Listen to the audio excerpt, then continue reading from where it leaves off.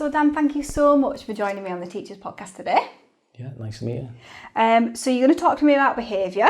So I'm really excited about this episode in particular because when I put out a poll to the Teachers Podcast community on Facebook, that was one of the top things that they really wanted to know about behaviour.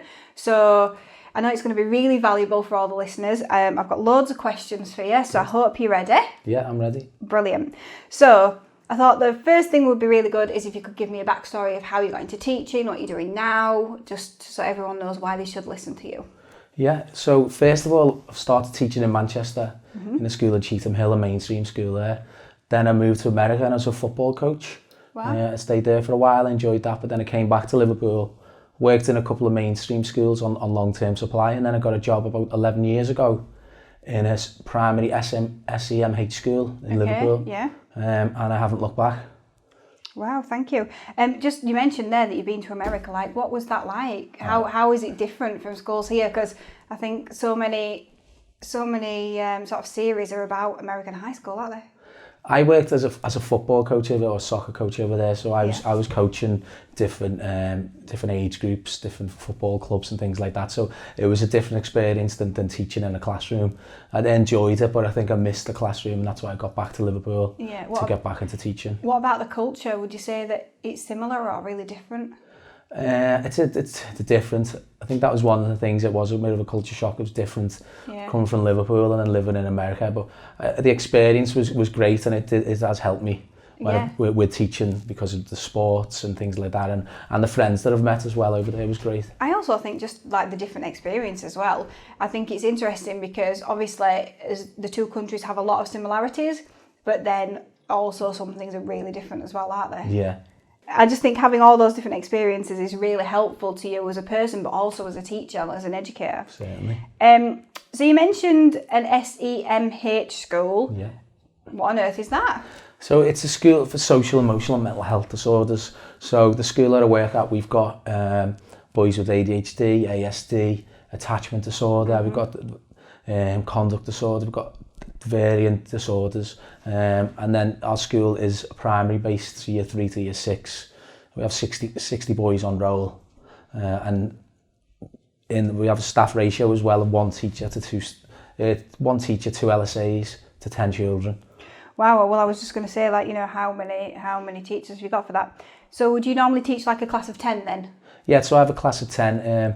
We do teach the primary curriculum. I think sometimes people seem to have a thing that if you work in an SEMH school that you're just playing and you're not teaching, but we recently had an Ofsted and got outstanding in Ofsted 4 or 5 years ago. We had the same results, so and Ofsted were happy with what we teach, and we do teach the primary English, maths curriculum, science, so we teach all core subjects, but we try and teach them in a fun way as well. So how old are the children then? So I work in a mixed class. Mine's a mixed year 5 and 6 class. Right, but it used to be Key Stage 1, but it's just this year.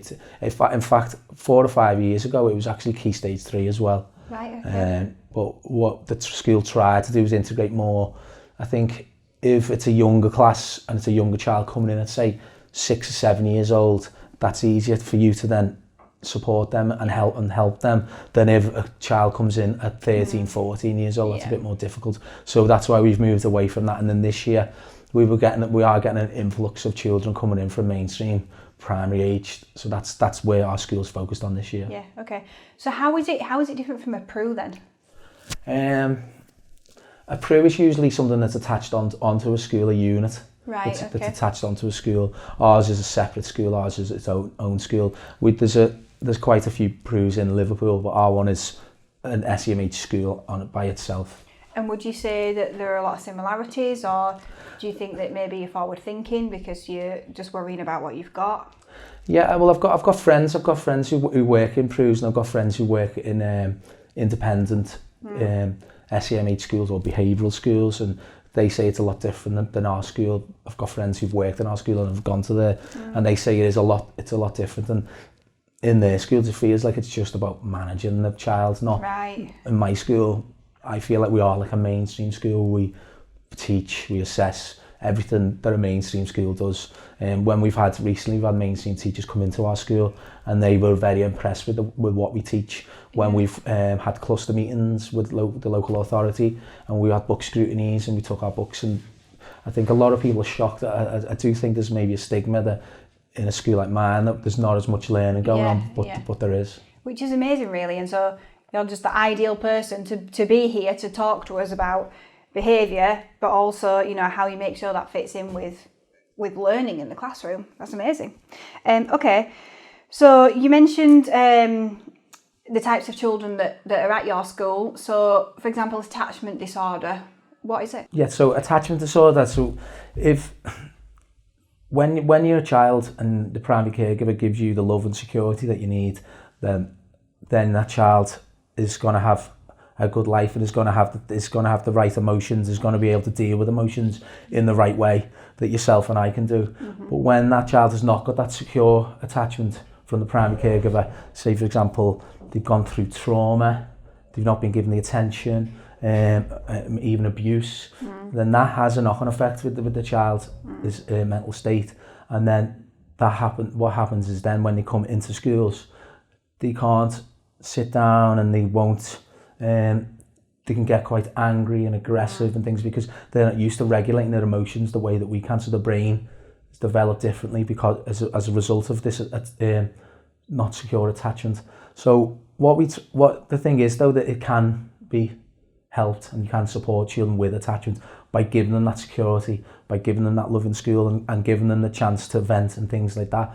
But what we have in our school is a therapist, and or if you want to say a counsellor, and they work with boys in school who've gone through trauma, who've gone through any abuse or anything, and due to them having attachment, we use these sessions to support them, and you do start to see a difference. It's about giving them the clear boundaries as well, and giving them structure and giving them the support that they need. But as I said, they do, in the end, with boys with attachment as they go older and girls, they do gain a more secure attachment.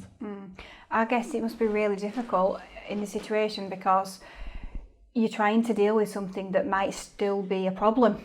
You know, I guess, you know, when you get into adulthood, say if you moved out and you had problems at home, you might carry them with you, but you've got control over changing that. Whereas some of these children, 9 years old in year 5, if they're still at home and home's not a good place, it's still difficult, isn't it? I imagine it's really hard to kind of find a way out for them.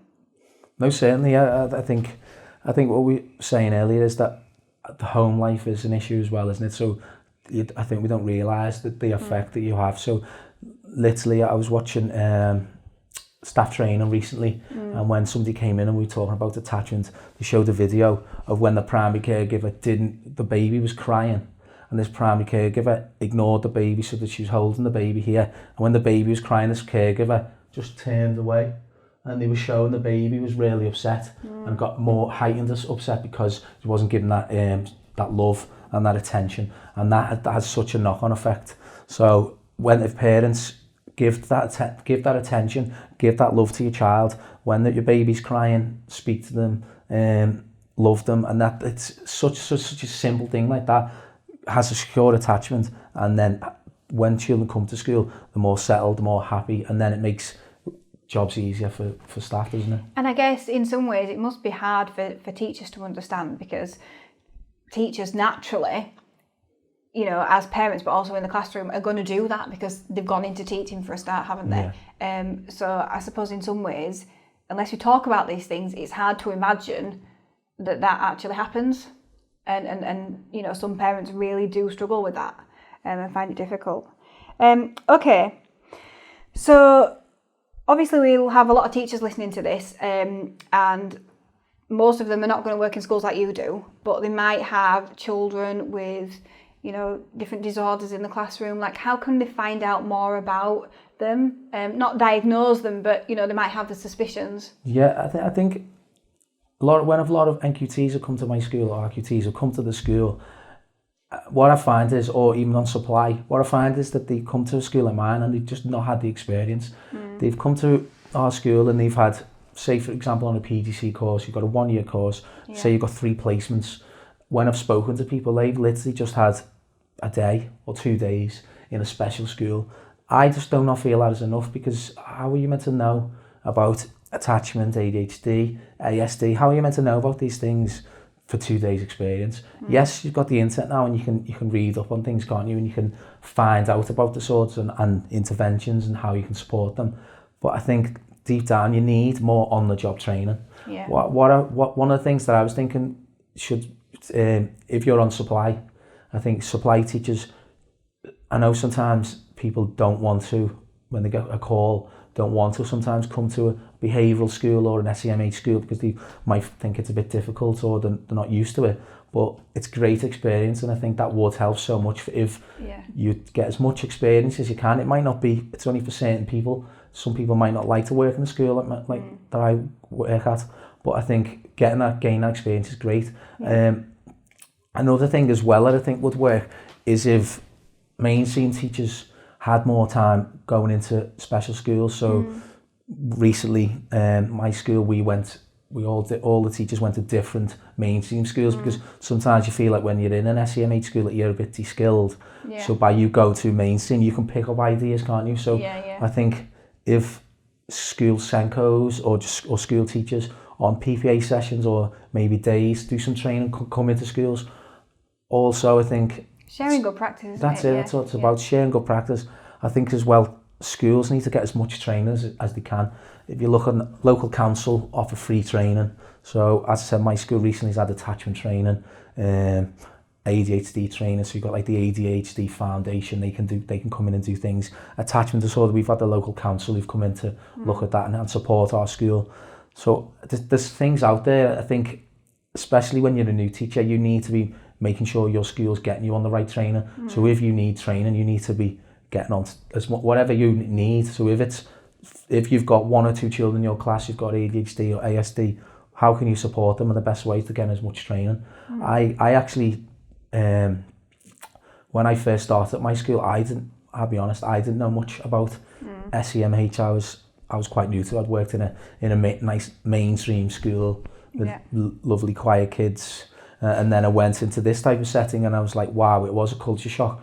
But I did a diploma in education, and then I did a PGC in SEN. Yeah. And then I did a master's in SEN, and that's helped me out so much. Yeah. And you can get grants and things like that for that. So that's thinking of school budget. It's actually, you can get a grant, you can apply for that. So that definitely could help. And also I think, there's such a call for it now, isn't there? I think one of the reasons why so many people have asked to talk about behaviour is because across the country, behaviour is becoming more of an issue, and something that we need to get better at managing. And I'm not going to get into why those reasons might be, but there's a lot of reasons that maybe we can't control, but we need to find a way to carry on teaching and learning, don't we? So do you think that all behaviour issues stem from disorders, or? If I look at the children I've worked with, there's a variety. Yeah, a lot of it does stem from ADHD, from ASD and things like that. But I do feel as well it can be parenting, because if you've not put the routines in place, like my children, even just a sleeping routine, and they know when they go to bed, they brush their teeth, what time it is at, what time they go to bed. Things like just small things like that. Taking them out to places, doing things, not just sitting on an iPad and things like that. I think that helps. I think as well, you've got to be give consequences to your children. They've got to know. We use the step, and my daughter knows that when she's not done something right, to take some time on the step. But what I like about How old is she? She's 4 years old, and she understands. But what the best thing about it is, though, when she sits on the step, she has a timer, she knows when the time's up, but it's about talking to her after it. Yeah. It's the restorative practice. It's sitting with her, saying, why have you sat here? Using the communication. Why have you sat there? Why do you think you've had to sit here? What do you think you've done wrong? What do you think we should do in the future? And what should you say to mummy or daddy for what you've done? Yeah. And I just think, as a teacher, it's come easy to me. As a parent, it's quite difficult, isn't it? But this type of thing, I just think that same thing works. If you're doing it as a parent, that's going to have a knock-on effect in the school, isn't it? Because if you've got a school where the parents are supportive and do things like that, then when that kid comes to your school, they're ready. When you say you need to sit down, you need to be quiet, all the low level things. Yeah. I know we had a conversation on the phone about this before, and we were saying, weren't we, that because obviously you've got a 4-year-old, I've got a 3-year-old, and it's tough. It really is tough. And you think as a teacher, oh yeah, I've got this behaviour thing covered, but it's something else, because I tell you what, you cannot go home. Even if you don't leave school till 8 o'clock, you still can't go home. And they definitely know how to push all your buttons. But like you're saying, it's us. We have to be the adults, don't we? And we have to make sure that we're consistent. And I think we can all agree it's not the easiest thing to do. Okay, so we've got loads of teachers listening. Yeah. Have you got any strategies that you think teachers could implement to keep children in mainstream? Yeah, I've got quite a few strategies, but there's say 3 or 4 that I like to use. That I think they're the main things. And I think we just touched on it before. I think is consequences, but I think it's consistency. It's if you've got school behaviour policy is a good thing. So if you've got a behaviour policy, what we do in our school is that every year at the start of the year, we have a school behaviour policy, but the children in the class get to look at this policy. So we'll have every single thing that every behaviour has a consequence, and the children get to talk over this and agree whether that is the right consequence, whether it's too harsh, whether it's too soft. They also, if there's obviously behaviours change, don't they? So if there's a new problem behaviour, then children can together went together with the school, instead of the school saying this is what is happening. If the children are taking some ownership over it, I think that does really help. So that's something every year we sit down with each teacher, with each child, and we go through the behaviour policy, and then we come up with a new policy each year. Right, that's really helped our school. I also think what I like about that is the children then they kind of have ownership over it, don't they? And it's kind of peer pressure. Yeah. We agreed this, and you're not doing that, and I think they probably know it a lot better then, don't they? No, that's exact. I think that's one of the main things. They know, the children in my school know exactly straight away, this is what's going to happen because you've just done A, B or C. Yeah. And I think that then leads on to consistency, doesn't it? So if you're consistent, so the children know the consequence in place, and we'll talk about rewards as well, but if the children know the consequence in place and they know that you're going to stick at that, so you're going to if you say you need to finish this work that you haven't completed now, you need to finish it later because he's refusing to work. In my class, he might refuse to work.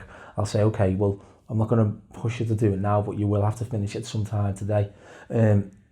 I can't then, when it's time to complete that work, say, oh, it's okay, don't worry about it. Yeah. That straight away is the no-no.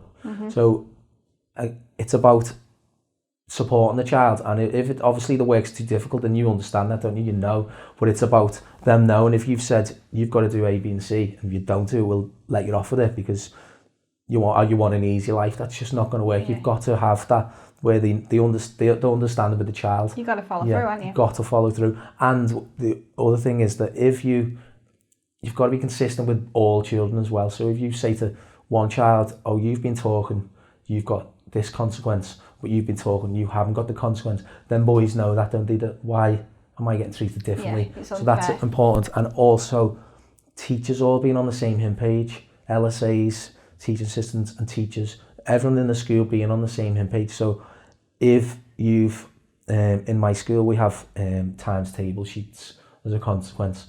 So if I say to the child, he's got to write out his 3 times table, and then it's at break time, and a teaching assistant then said, oh, it's okay, just do 6 questions. And the children are not soft as well. They know how to play the system, how to play the certain staff member with each other. So it's just the consistency is key. That's the main thing. I do think the wording's really important as well, because just when you're talking, you're reminding me of our 3-year-old.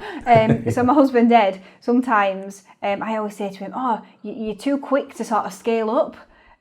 So he'll say things like, right, you're not going to grandma's house. Yeah. Instead of wording it like, you might not be able to go to grandma's house, because I'm thinking, she's going to grandma's house, otherwise you don't get to go to work. Instead of sort of saying straight away, you're not going to grandma's house, like, we might not be able to go to grandma's house if you don't put your coat on, Hattie. But yeah, You know, she'll know, well, I'm going to go to grandma's house anyway. No, that's a brilliant point. To be fair, it's yeah. If you say something that's so high and if you say something you can't stick at, so yeah, you're not going on this or you're not doing that, you've got to stick at that. So yeah, it's about being given something that the children can earn. So if you say, as for example, you've 5 minutes break time, you need to finish something, but they get it done in 2. Then it's not like saying you still have 3 more minutes. When you've done that work, you can go out. Yeah, you know what I mean? It's not. It's so yeah. If you give it too difficult or too hard, you need something, and then you're stuck. Then I always think of it like you know, sometimes where in English you do the degrees of words, like it's boiling or it's lukewarm, and all the ones in between. I'm like, listen, you have to have that range. Yeah. You know, you can't just be going in up there. Like, start small. Make sure you win the battle. Yeah, definitely. Okay, I feel like I'm going to be able to get him to listen to this now. I'm like, see, this is why I say this. Okay, so when we were talking on the phone before, you talked about relational-based behaviour management. So what is that? Yeah, I just feel you talk about teachers in the past that you remember, teachers that you like, and teachers when I was a child and when I was in university as well. They're the ones you remember, the ones that you had a good relationship with, the ones that you respected, the ones that were nice to you and listened. I just do not like teachers, and it's true, there's still teachers now who use the scare factor with children, or when we're saying then sometimes being too strict, saying you've lost this or you're not getting this, that's over, you get out, and talking, and not giving a child respect. And that, I feel like that is still commonplace in some schools. And I know it might have a certain effect, but if you look back at when you were in school, that teacher who made you scared, everyone was scared in their lesson, and yet they did stick at what they said they were going to do. If they give you a consequence, they stuck at it. But I just felt like the teachers who you knew you wouldn't mess with them, but you could still have fun with them and still have a laugh, and you still have banter and things. And I think that's the type of teacher that you need to be. Is you need to know a child's background. So if, for example, you've got a child in class and you've got to know each kid. I'm quite lucky in my school. I know it's different in mainstream. I've got 10 children in my class, so I know the ins and outs of them. I know what they like. I know the interest. I know pushing the buttons. I know who they're friends with and everything like that. And it's quite easy for me. I know it's quite difficult when you've got 30 in a class, but it's about, obviously we're talking here today about if you're in a mainstream, there might be 1, 2, 3 children who are causing problems. It's about getting down to their level, finding out what they like. If they like Marvel, or if they like motorbikes or cartoons, I don't know. If they like something, it's about using that to your advantage. So if they like a certain cartoon or certain thing, make the lessons about them, make their work about something like that, something that interests them. Engage them. If on attachment disorder training recently, they were saying, notice if they've come in and they've got a new coat. Oh, your coat looks really nice. Oh, you look good today, don't you? Giving them a compliment and things like that does have a positive effect on their mindset. And also, it's just sitting with them and giving them the time. And again, I know it's difficult. Some schools have a teacher in the class and they share an LSA with other teachers in the school. I understand that's difficult, but you have to work with your peers and with your other teachers and the staff to come up with a plan together. So if there's a boy in your class, come up with a plan. Who is it that this boy or this girl has a good relationship with? It might not always be the teacher. It might be somebody else in the school. It might be the SEMH, it might be an LSA. It might be, in our schools, sometimes some of the boys like to do jobs with the caretaker. That's the person that they get on with, so they do some jobs with them. It's about finding the person. Look, hopefully it is that you're, as the teacher, you're the person who has that good relationship. That is the one thing I try and make sure that I have a good relationship with my the boys in my class, so they can always come to me and talk to me. But there's always other people in school. So sometimes in our school, if there's a boy who's been angry or whatever, and need to de-escalate, he'll go with a certain member of staff who can just speak to him and calm him quite quickly. But I find I have a good relationship with boys because I use a lot of dad jokes in class and just try and make lessons interactive and fun and things. I know if my lesson's boring and I'm bored, that they're going to be bored. So what I try and do is, with the curriculum, is try and look at what's going to interest the children in my class. So I think having a positive relationship with the boy is the most important thing. Yeah, thank you. So do you do any interventions in your school then, behaviour interventions? Yeah, every day is a behaviour intervention, but we have Lego therapy in school. All right. Yeah, so kids, there's a small groups do Lego therapy. We have a school counsellor who comes in once a week, so they take certain boys out. We have we've actually just recently started. We've got one HLTA, and she does maths and English interventions, and then we've got another HLTA who's using something called the Thrive approach, which is like the old Boxall approach, and it's about leveling a child at their emotional state. So they have individual and group work that's going to help them with their mental state and well-being. So they'll have activities and they'll go on one-to-one basis or a 3-to-1 basis, and they will do activities to support them. We also have a mindfulness and growth mindset activities in school to support children. Even small things like having chill out music in the class during the day and in the lesson, that has a really good effect. Even boys who've got sensory issues, we have ear defenders in class and things like that. In my school, we're lucky we have a timeout room, so we have in between the classes we have a one-to-one room where the children, if they just feeling a bit unsettled or a bit unhappy, they can go in that room and can take some time out. Yeah, I mean, just listening to you, things like ear defenders, I guess it's something that in mainstream you wouldn't think about, but actually that's a really reasonable measure. When I think about the business that we have, and we make reasonable measures for members of staff depending on their needs, and do we do the same for children? So I guess in some schools we do, but maybe we're not looking at where we could make a reasonable adjustment and have something like ear defenders, just something just to help them sort of be included, I guess. So how do you help schools then? So obviously you do work in your school, but how do you help other schools with behaviour? Yeah, so I've only just started doing this, but when I've been supporting staff recently, just when people have sent me messages and things like that on Twitter, and I've just been supporting staff like that. But friends who work in mainstreams, they will give me calls sometimes, or will speak to me on Facebook, and I will give them some tips and advice. I've also just recently wrote a blog on Nexus Education, and on there I've given some tips and hints for helping staff with behaviour management. And this year it's been the most read blog as well, so that makes me feel good. But that's it about. I've come into this because I want to help people, because I understand in a mainstream school you've got a lot of kids, you've got not as many staff, so I've got a bigger ratio. I'm quite lucky. I've got a bigger ratio of staff. I've got less children. I've got people who've had more training on disorders and how to use these interventions. I've had 11 years experience working in a school like mine, so it's nice for me to then be able to use what I know to help other people. You've got a bit more time to sort of focus on behaviour, haven't you, really? Yeah. I think. So obviously the blog that you've mentioned, we'll put that in the show notes so everyone can have a read of that and glean all your knowledge. So I did put out to the community, because obviously everyone wants to know about behaviour, and Mel K, she wants you to talk about rewards versus sanctions. Yeah, so I think the main thing is, as I was saying before, about relational based, it's about positivity, isn't it? It's about rewards. Nottingham University have recently done a study and saying that, especially with boys with ADHD, they need immediate rewards.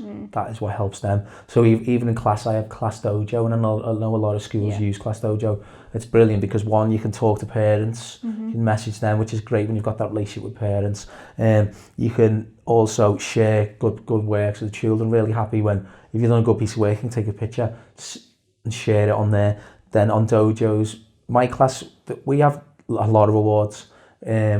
Rewards is a big thing in our school. It's something that does help. I mean, we are quite lucky. The children have a point system in our class. So every lesson they have 5 behaviour points and 5 effort points. And with these points, they need to gain over 10. They need 10's the maximum and 0 obviously is the lowest. And if they gain over 55 points over the day, they get an afternoon play. All right, So in our school, again, is quite lucky that we have, we've used school budget for it, by the way, but Xbox and PlayStation, outdoor games. On a Friday, each day when that boy has gained enough points, then they get to go on a trip on a Friday. And then we have half-term trips. And I understand in mainstream, most of the time the trip is usually, the big trips in the summer. With a setting like mine, we have a lot of trips. I think a lot of using rewards and positivity has a great effect, because if you're being negative and giving sanctions all the time, then the kids will have it to back up more, and that's a trigger, isn't it? The more negative you are, the more you've done this is what's happening, you're staying in a break, is not going to help. It's about looking at the children in the class who are doing well, who are working hard. They're the ones, so focus on the ones, give them rewards. Now, rewards could literally be, we on dojos, what we do is on Class Dojo, when the child has gained 100 dojos, they get a prize. And all we've literally done is gone on Amazon and got small key rings, bouncy balls, things like that, tangible, something that a child can go, oh, I'm happy about that. We also give certificates at the end of the week for Best Boy of the Week, Work of the Week.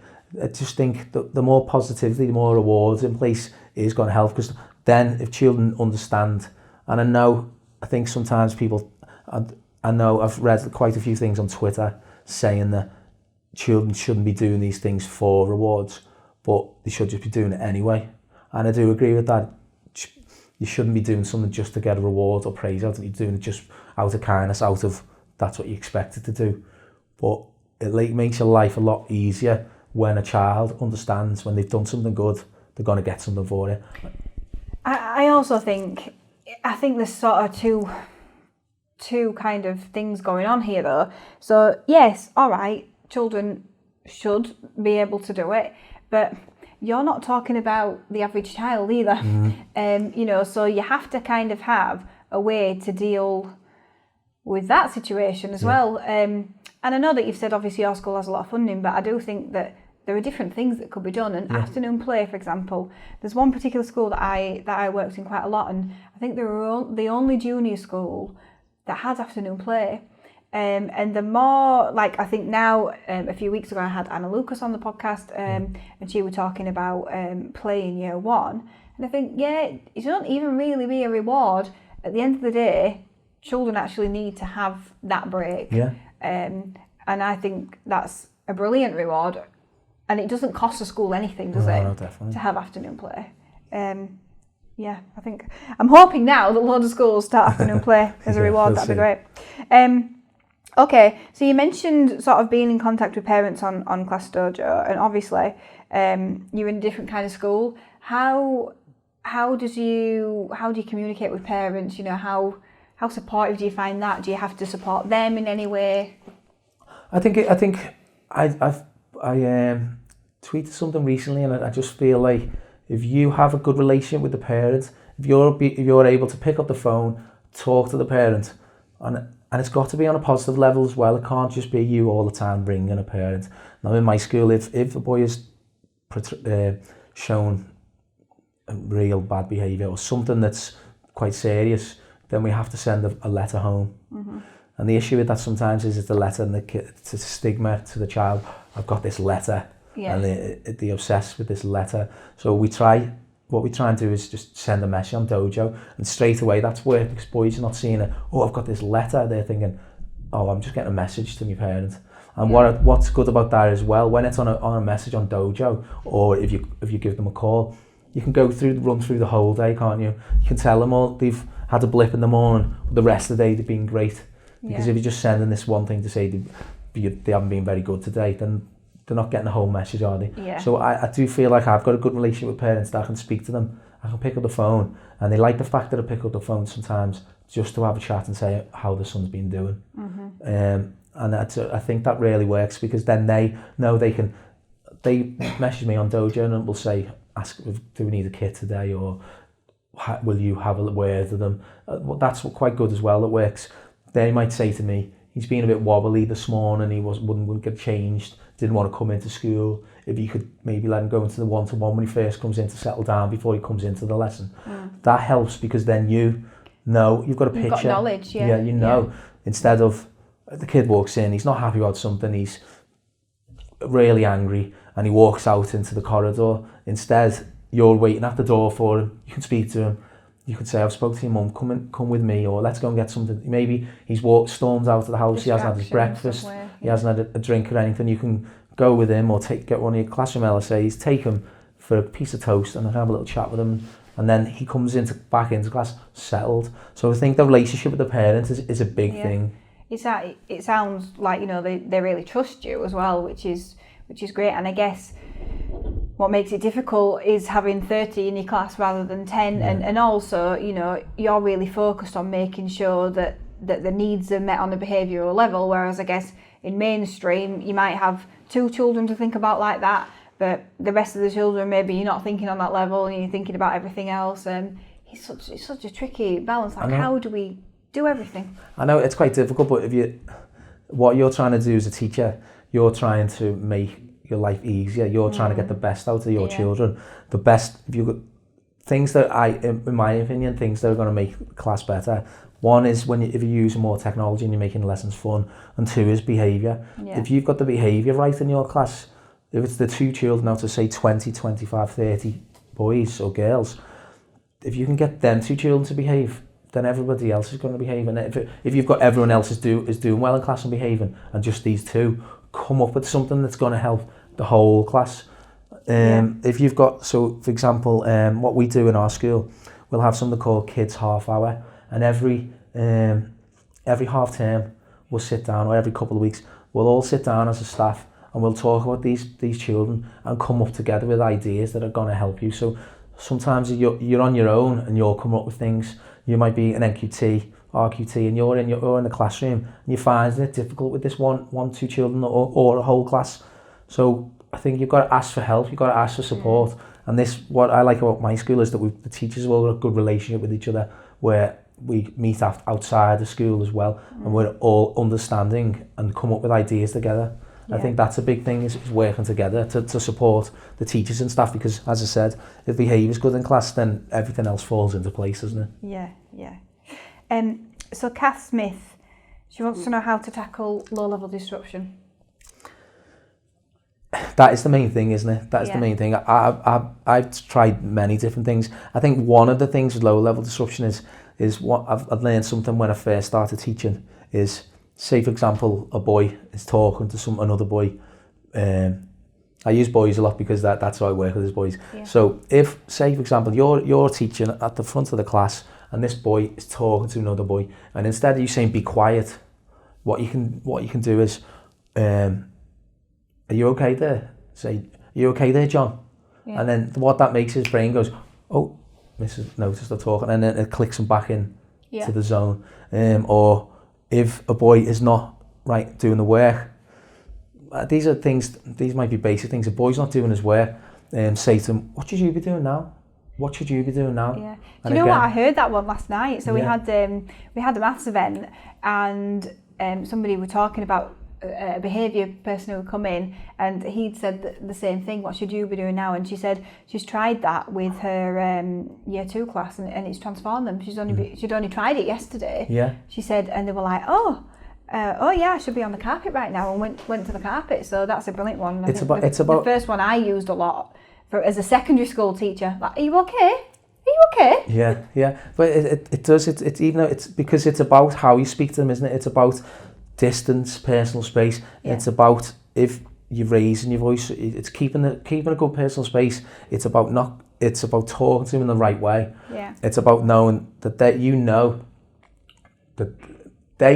that you're doing something wrong. So they will it does work as it gets them back into place. And another simple one is actually praising, like we talked before, praising the boys who are doing well. Wow, your work's amazing. Well, look at him over there. He's got a dojo. He's doing really well. That's brilliant. Another thing that can work is getting the boy or the girl who's causing this low-level disruption to work with somebody who's perfect child or great, and hopefully that they'll mirror each other. Also, I've used a consequence in school, and I just don't know if that's the best thing, but what I do is, if it's low-level disruption, we have a consequence in place where if they keep shouting out, then they have to write the times table a break time. So say if they've shouted out 10 times, they've got to write 10 times tables after break time. Things like that can try, but it's about trying to be positive, but it's about finding things that works. That I've used that and it has worked, but then I've moved away from that and tried to make things a bit more positive now. But it's about trying the things. I guess it depends on your environment. You have to give everything you go, don't you? Yeah. And I guess sometimes you can be in the same school and things can work one year and you teach the exact same year but different cohort, and it's completely different. Yeah, I think seating plan as well is a big thing. It's about looking at who, because you do find, especially in a year 6 class, the behaviour is not as good in that year group. Yeah. And then it's about looking who's just going to talk to each other, who you find them 2 kids and you just sitting by each other and just want to talk all the time when you're teaching or during the lesson. So it's about either having individual seats, having certain, as I said, a boy or girl who's causing issues to work with a boy or girl doesn't. Maybe there might be sometimes the low level disruption is because they find the work a bit difficult. So maybe have some classroom helpers or something, have a lot higher ability working with a lower ability and being like a class helper. I've done that quite a few times and that does help. I've also used kindness bands in the past as well, which are quite good. So when people are being nice and abiding by the rules and have done something really good in class, they have a little band, a bit like a festival band, and they put that on and it has stickers on, and they love them. They love walking around the school and people ask, where have you got this band from? And say, because I've been kind today, and they talk about what they've done. Yeah, I love that. That's really nice. Gives an opportunity to talk about it as well, doesn't it? Yeah. Okay, right, I'm going to ask you these questions that I ask everyone now. Okay. So, if you could wave a magic wand, how would you solve the life-work balance problem? No. How many wands have we got? Just one. Okay. I just find, what I find a lot at the time, in the school I work at, I have a lot to do in terms of an EHC plan, an educational healthcare plan. So I'll be writing then I'll be having lesson observations, then I'll be having book scrutinies, and obviously all these things need to be done, but you're also marking your books, you're also planning your lessons. In my school, I don't get as much PPA as I should do because I'm always supporting staff, and that's one of the things for me is make it that if staff are not gaining the PPA time, that there should be something in place, because I just feel, even though it's a government thing, it's law that you should be getting your PPA time. Yeah. I don't get all mine. So then the times when I'm not, there should be something in place in schools where they can speak to the union or whatever, and they can say, okay, can you write down all the times you haven't gained your PPA time, and this is what's going to happen. So that's a big thing for myself. Yeah. I think that would just make your life slightly easier. Yeah. I was kind of hoping, it'd be like fell swoop, make it really easy, 2 days for PPA or something like that. Oh yeah, I do. I've got quite a few friends who have it Mondays, the PPA time. Oh really? Which would be absolutely perfect. That's really brilliant, Right, who's your favourite teacher at school and why?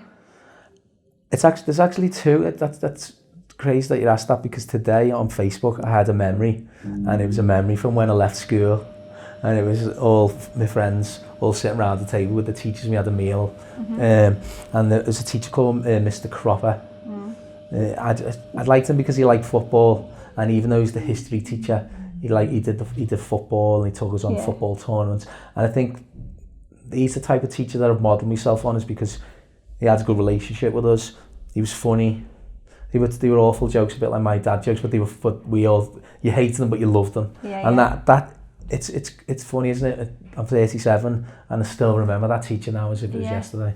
Yeah, you forget, don't you, as a teacher, that how much of an impact you might be making on somebody's life, and the fact that they will remember you in years to come. And I think I could walk around my town centre and recognise teachers. They probably wouldn't recognise me, because I've obviously been on supply a lot, and sometimes I do think, did that child look at me in a way like they recognise me, because I don't know who they are, but they could know who I am. But you forget, don't you, because you're just carrying on with your life.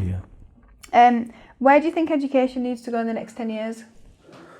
I think what we're finding, especially in the school that I'm at, is that we're getting a lot more children. We're getting an influx of children coming from mainstream into our school. I think that I don't want to get out of a job. I still think there's a place for the school, that type of school I work at. But I think it's about getting the right training and having more, when, as I said earlier, having students, teachers, when they're in university, going into university and having more time in a special school. It should be for longer time, or there just should be something in place, because what we're finding is we're getting a lot of schools excluding mainstream these problematic children, and then they're coming to our school, and a lot of the time the children who come to our school are like an angel. They're really good, and I understand it's small class sizes, we've had more training and things like that, but it's about getting if you get the right training in early as well. So you're looking at children in early years now, and you're looking at children in year 1, 2 and 3 come to our school or have been in the past, and we need to have something in place there, training there for that age, so staff can come up with a way of keeping them in that school. Yeah, so basically they should only be coming to your school if they really, really, really have to. Yeah. Yeah. Who's your inspiration within education? I've just got one teacher. I currently work with her now, and I just think because she's pushed me a little bit, told me to get on the senior leadership course, told me that I'm good and things like that, and I think that does help, doesn't it, when you've got that, because it is a tough job, and sometimes you find that you do something wrong and everyone's like, he's done this wrong or he's done that wrong. Everyone knows, and it can be a bit lonely, can't it? Yeah, and when someone can ask if you're okay and then give you the support, and I think that just really helps with that person. Are you going to name drop her? No. Okay. And what did you want to be when you grew up?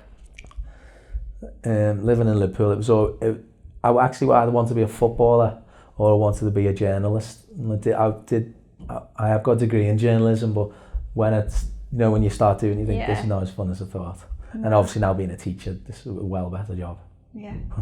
Okay, well, thank you so much. Thanks for having me. You've given so much great content, and I know that people are going to really enjoy it. Thank you. Oh, cheers, thank you.